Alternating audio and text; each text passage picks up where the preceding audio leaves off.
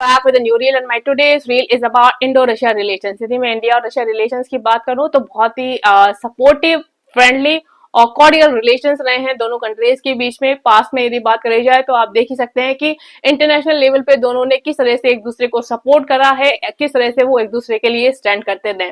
Recently आए Russian president Vladimir Putin is coming to visit India.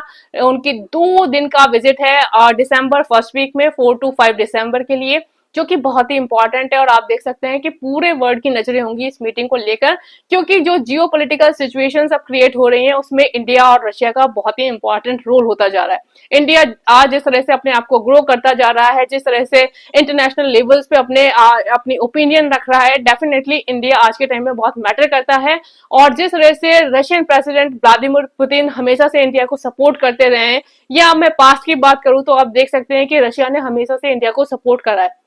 आप देख सकते हैं कि किस तरह से रशिया ने वीटो पावर यूज करी है इंडिया के फेवर में, 1 बार नहीं 3 बार। और यहीं पर यदि मैं बात करूं रशिया की, तो रशिया ने हमेशा से सपोर्ट करा है इंडिया को सिक्योरिटी काउंसिल का परमानेंट मेंबरशिप मिलने के लिए। तो चीजें बहुत ही क्लियर है, इंटरनेशनल लेवल पर हमेशा से रशिया इंडिया को सपोर्ट करता रहा है। वहीं यदि इंडिया की बात करी जाए तो इंडिया ने भी हर स्टेप पे रशिया को सपोर्ट करा है, अप्रिशिएट करा है उसके कामों को। और यदि हम देखें तो दोनों के बीच में काफी अच्छे ट्रेड रिलेशंस हैं, डिफेंस डील है, दोनों कंट्री एक दूसरे के लिए हमेशा से स्टैंड करते हैं। बट ये चीजें डेफिनेटली वेस्टर्न कंट्रीज या अमेरिका को पसंद नहीं है। अमेरिका की जो रिसेंट पॉलिसीज थी या रिसेंट स्टेटमेंट रहे हैं कई डिप्लोमेट्स के, उसमें चीजें बिल्कुल क्लियर बोली गई हैं कि अमेरिका कभी नहीं चाहता था कि इंडिया और रशिया के बीच में अच्छे कॉर्डियल रिलेशंस रहे। वो हमेशा से इन दोनों कंट्रीज को दूर करना चाहते हैं, क्योंकि उन्हें पता है कि यदि ये दोनों कंट्री एक साथ मिलते हैं, इंडिया, रशिया या चाइना, तीनों कंट्री यदि यूनाइटेड होकर वर्ल्ड में चीजों को चेंज करने की कोशिश करते हैं, तो अमेरिका की डोमिनेंस खत्म हो जाएगी, अमेरिका के लिए बहुत बड़ी थ्रेट हो सकती है।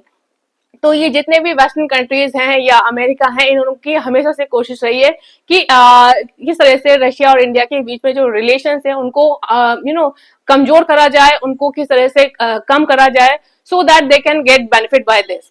बट कुछ भी कर लें, वो चीजें उस लेवल पर हो नहीं पा रही हैं। ये उनके लिए बहुत बड़ी थ्रेट बनती जा रही है। और अभी जो रिसेंट में व्लादिमीर पुतिन की जो विजिट है, ये तो उनके लिए एक बहुत बड़ा थ्रेट है, क्योंकि जिस तरह से इंडिया और रशिया के रिलेशंस कंटिन्यूसली बढ़ते जा रहे हैं, वो हम देख ही रहे हैं। किस तरह से अमेरिका टारगेट कर रहा था इंडिया को रशियन ऑयल को नहीं परचेज करने के लिए, वहीं पर डबल स्टैंडर्ड पे काम करे जा रहे थे। यूरोपियन कंट्री रशिया के साथ ट्रेड रिलेशंस रख रहे हैं, एनर्जी ले रहे हैं, उनसे परचेज कर रहे हैं, तब किसी को प्रॉब्लम नहीं हो रही। या अमेरिका खुद रशिया के साथ ट्रेड रिलेशन में इन्वॉल्व है, तब वो कुछ नहीं बोल रहे। लेकिन यदि इंडिया रशियन ऑयल परचेज कर रहा है तो अमेरिका को इससे बहुत बड़ी प्रॉब्लम हो रही थी, और इसको उन्होंने बहुत बड़ा रीजन दिया रशिया यूक्रेन वॉर के साथ जोड़ के। तो चीजें बहुत क्लियर है, अमेरिका के जो दोगले स्टैंडर्ड हैं या डबल माइंडसेट है वो बहुत क्लियर हो चुके हैं। सब वर्ड को समझ में आ रहा है कि चीजें किस लेवल पर हो रही हैं, और उसी के कॉन्सिक्वेंसेस हैं कि आप देख सकते हैं कि इंडिया, रशिया और चाइना तीनों मिलकर किस तरह से इक्वेशन को चेंज करना चाहते हैं। रशिया हमेशा से इंडिया को सपोर्ट करता रहा है। इंडिया ने इन सब ऑड सिचुएशन में भी किस तरह से रशिया को सपोर्ट कर रहा है वो हम सभी जानते हैं।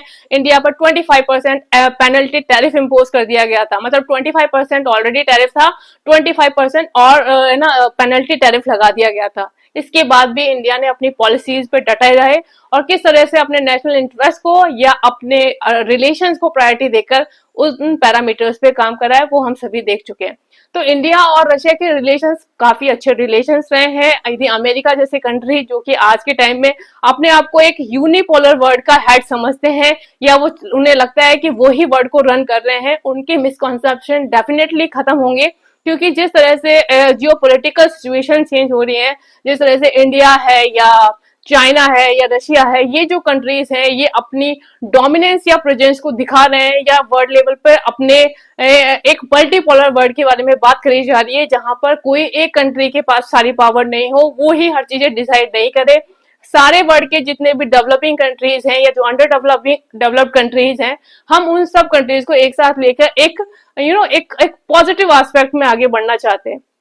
बट डेफिनेटली अमेरिका की पॉलिसी हमेशा अपने नेशनल इंटरेस्ट को प्रायोरिटी देना है, जबकि यदि दूसरा कंट्री यदि अपने नेशनल इंटरेस्ट की बात करते हैं तो ये चीजें अमेरिका को हमेशा से खटक जाती हैं, क्योंकि वो हमेशा से ही डबल स्टैंडर्ड पे काम करता रहा है। चीजें बहुत क्लियर है, यदि दोनों कंट्री आपस में आते हैं साथ में, और यदि चाइना भी है, या ब्रिक कंट्रीज एक साथ मिलकर काफी लेवल पर अपनी करेंसी को कंटिन्यू करते हैं, या जो वर्ल्ड में ट्रेड पैटर्न चेंज होता है, तो काफी कुछ चेंजेस हो सकते हैं, वर्ल्ड की पूरी सिचुएशन चेंज हो सकती है, क्योंकि जिस तरह से डॉलर की डोमिनेंस है वो हम सभी जानते हैं कि इस लेवल पर रिड्यूस हो सकती है। तो चीजें बहुत ही क्लियर हैं। यदि ये कंट्रीज एक साथ आते हैं तो ये एक एक डिफरेंट रोड मैप प्रिपेयर करेंगे वर्ल्ड के लिए, और ये चीजें डेफिनेटली अमेरिका की आंखों में खटकेंगी, क्योंकि अमेरिका की डोमिनेंस डेफिनेटली कम हो सकती है इससे। So everything is very clear. America कभी भी नहीं चाहेगा कि उस लेवल पर फ्रेंडशिप डेवलप हो। अमेरिका हमेशा से ट्राई करेगा कि कैसे भी इन कंट्रीज को अलग करा जाए, so that America can get benefit by this. But यदि चीजें प्रॉपरली समझी जाए, या राइट वे में हो, या सही डायरेक्शन में चीजें हो, तो डेफिनेटली ये कंट्री यदि एक साथ आ जाते हैं तो वर्ल्ड की जियो पॉलिटिकल सिचुएशन को बिल्कुल चेंज कर दिया जाएगा, और चीजें बहुत ही बेटर वे में भी हो सकती हैं फ्यूचर में। So what you say about this? Suggest me your thought. Bye bye, have a nice day.